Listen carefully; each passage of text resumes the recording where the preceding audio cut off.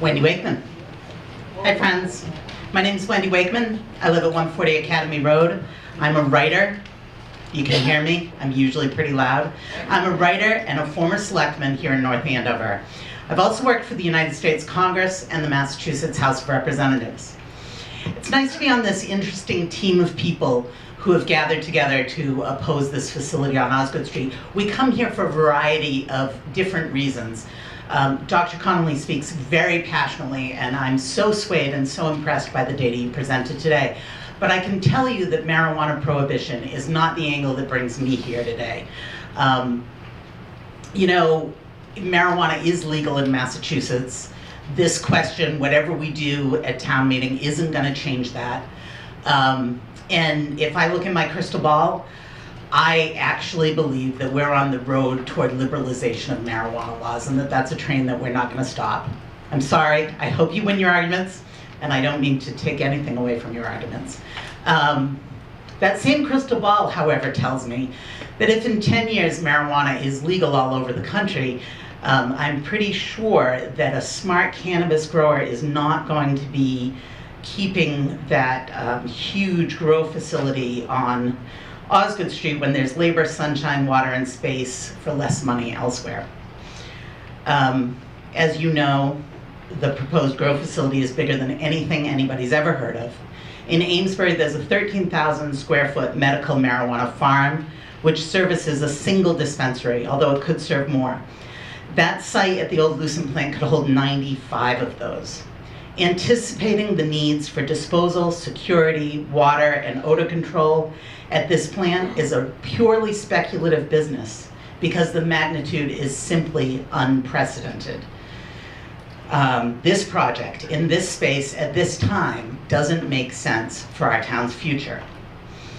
CJ asked me to talk about the legalities. I'm not a lawyer.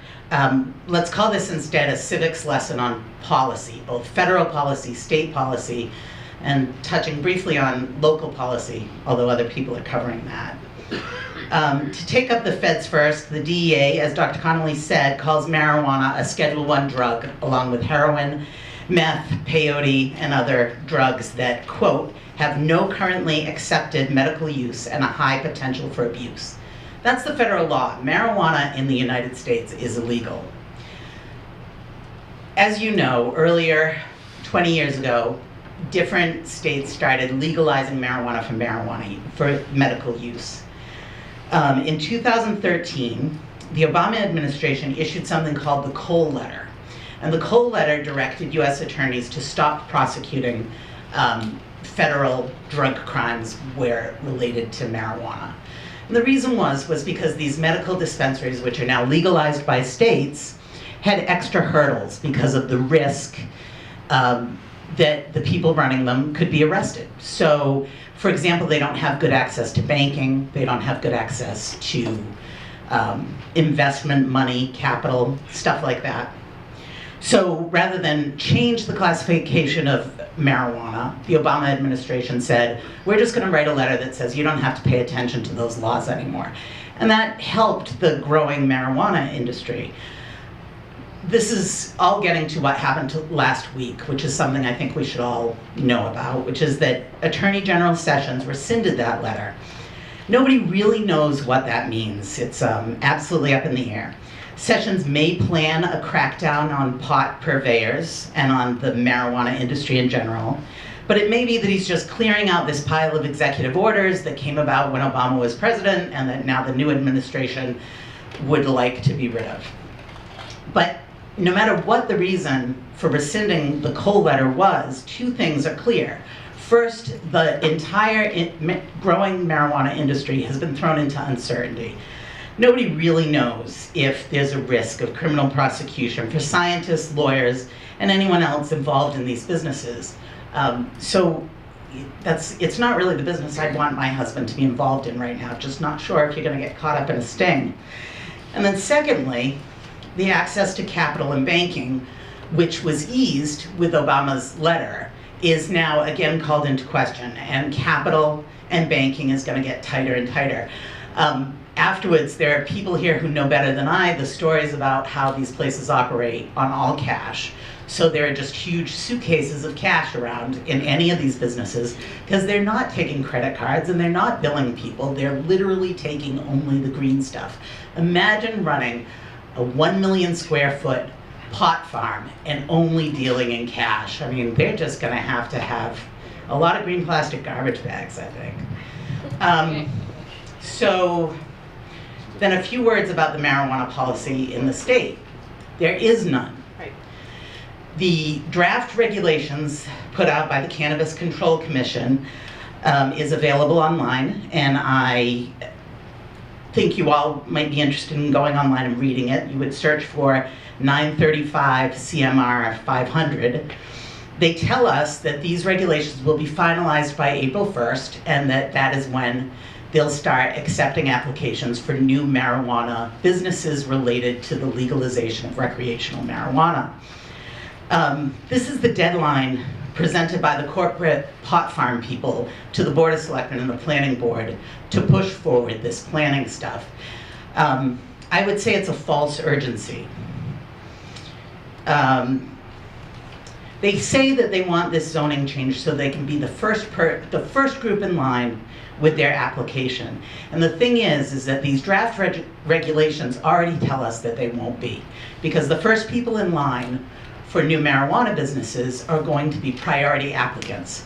Priority applicants are people who are already registered marijuana distributors, so the various people who are already in this business are going to get priority. The second group to get priority is, frankly, something I can't quite figure out.